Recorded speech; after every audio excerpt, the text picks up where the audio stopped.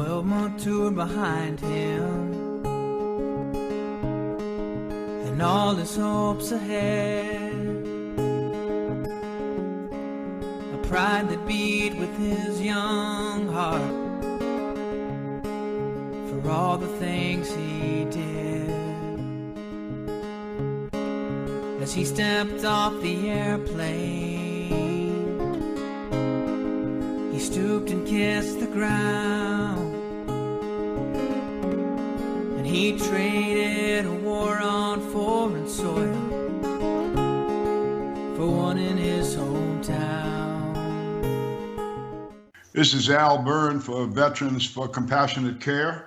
And Mike Krawitz with Veterans for Medical Cannabis Access. And we're both co-hosts of Veteran Voices, the program you tuned in today. We hopefully have listeners worldwide to listen to us and our guests speak about affairs of veterans in the United States, basically their mental health and their physical health. And today is no exception. Michael, I'd like you to introduce our guest today, if you would, please, sir. Absolutely. It's my honor to introduce Derek Cloutier to our show. Hi, good afternoon, gentlemen. How you doing? Great. Like he said, my name is Derek Cloutier. I'm president and co-founder of New England Veterans Alliance. We're a nonprofit organization that's been up and going over the last year, getting our name out there, getting vets some assistance, gaining resources, and really just trying to reach as many veterans as possible and let everybody know that there is other options and healthier options for them. I'm also a combat veteran. I was in the Marine Corps. I got out in 2009. I served in Fallujah, Iraq in 2006. I did one combat tour there.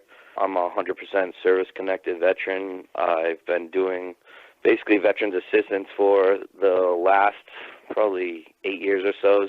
Just through myself, I feel it's a very therapeutic thing to be able to help out my brothers and sisters that need the assistance. And I've been doing that for quite some time, like I said, 8 years or so, but only have I recently just gotten into helping out veterans in correlation with cannabis, and that's been about the last 3 years or so. Tell us a little bit about the kind of the prehistory here. You know, what got you into the military? So I started out in Lowell, Massachusetts, where I was born, and I grew up doing many different things. I went to high school for HVAC, and I started working at a couple jobs out of high school, and I was smoking then, and I didn't really understand the benefits of it for me then, obviously, but as a high school student and everything, it was probably keeping me more on track than anything else, than it was partying and everything. And then when I graduated, I started working these odd jobs, and I took some time off, and I was working another job, and a couple gentlemen that had prior service said, you know, maybe you should think about joining the military, and I ended up thinking it over, pondering it, and made the decision to join the Marine Corps in 2004. And then I was already being activated to go to Iraq with my unit the following year when I got back after training. And once I got back, I was having your everyday issues as a veteran with PTSD and dealing with the VA and battling, going back and forth to appointments and coming out. I actually got a job right when I first got back as a correction officer in 2007, and I was working there for about 5 years, and I had an incident where I would get out of work and I would drink a lot, and when I first got back, I was drinking like crazy. I mean, I think that's something that veterans do quite often. They resort to alcohol because it's the only legal thing that they're allowed to use to numb the pain or help them deal with certain things, which it's obviously not the right thing to be using for that.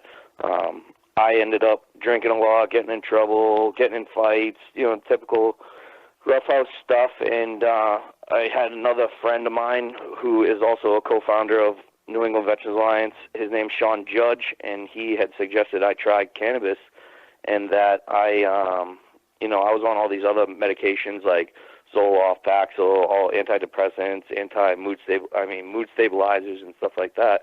Luckily, I avoided all opiates and everything because I knew the damages that they could cause, and I wasn't really all about that. So I always opted to not take those pills, and I ended up smoking weed for the first time, and I slept like a baby that night, and I was like, wow, this is I smiled, I laughed. It made you feel things that you wouldn't really feel or that I haven't felt in the last, 5 years or so.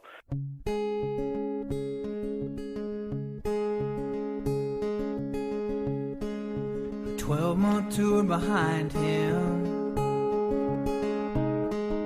and all his hopes ahead. A pride that beat with his young heart.